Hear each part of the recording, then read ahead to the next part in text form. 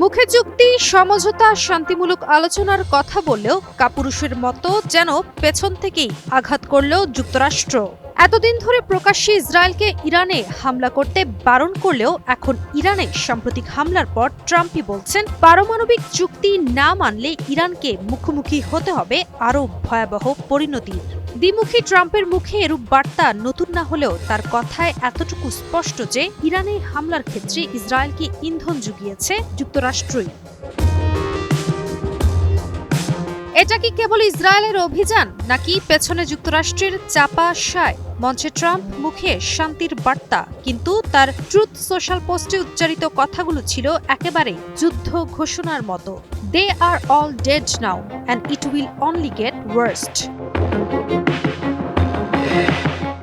ট্রাম্পের এই শব্দগুলোতে যেন বেজে উঠছে মধ্যপ্রাচ্যের সবচেয়ে ভয়ঙ্কর যুদ্ধের সাইরেন। আর এরপরই আকাশে গর্জে উঠে ইসরায়েলের F-35 যুদ্ধ বিমান, নেমে আসে ইতিহাসের অন্যতম সুসংগঠিত প্রি-অ্যাটেম্পটিভ স্ট্রাইক। এই মুহূর্তে সব প্রশ্নের কেন্দ্রবিন্দু, এই হামলার আগে যুক্তরাষ্ট্র কি কিছু জানত না? তারাই কি দিয়েছে ইসরায়েলকে গ্রিন সিগন্যাল? সব জেনেও কেন ট্রাম্পের এই শান্তির দূত সাজার নাটক? কিছুদিন আগেই বাহরাইন, কুয়েত, ইরাক সব জায়গা থেকে যুক্তরাষ্ট্র সরিয়ে নিয়েছে তাদের কূটনীতিক ও সামরিক পরিবারের সদস্যদের। তখনই কূটনৈতিক মহলে শুরু হয় গুঞ্জন, এটা কি যুদ্ধের কোনো আলামত? আর এখন ইরানে ইসরায়েলের হামলার পর যেন স্পষ্ট হলো ওয়াশিংটনের কাছে আগাম তথ্য ছিল এই হামলার। এদিকে হামলার পর ট্রাম্পের সামাজিক মাধ্যমের পোস্টে দেখা যায় বিস্ফোরক বার্তা, I gave Iran chance after chance. Now they are dead. The next attack will be even more brutal.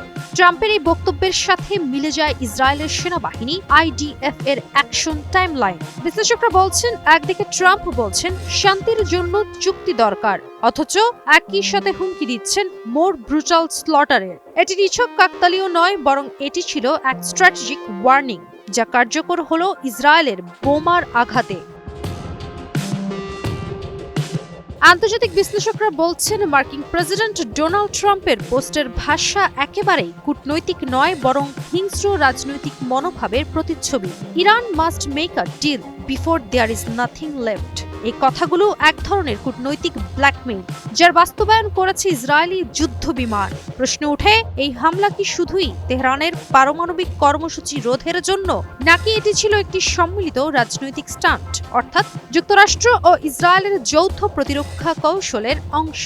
যদি তাই হয়, তাহলে ট্রাম্প শুধু আগাম বার্তা দেননি, বরং একে বৈধ করতেও ভূমিকা রেখেছেন। মোনালিসা হেভি ফ্লো 15 পিস প্যাকেটের সাথে 8 পিসের একটি প্যাকেট একদম ফ্রি।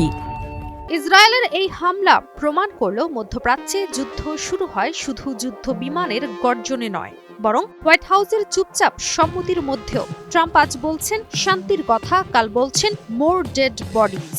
এই দ্বিচারিতাই আজকের কূটনৈতিক অস্থিরতার মূল। ইসরায়েল যখন আগুন ছুটছে, তখন ওয়াশিংটন কেবল ছায়া হয়ে পাশে দাঁড়িয়ে, নাটকের পেছনে দাঁড়িয়ে থাকা পরিচালক যেন। ইরান এই বার্তা বুঝে গেছে, এই যুদ্ধ শুধু ইসরায়েলের নয়, এটি সেই পর্দার যুদ্ধ যার চিত্রনাট্য অনেক আগেই লেখা হয়েছিল ওয়াশিংটনের নীল ছকে।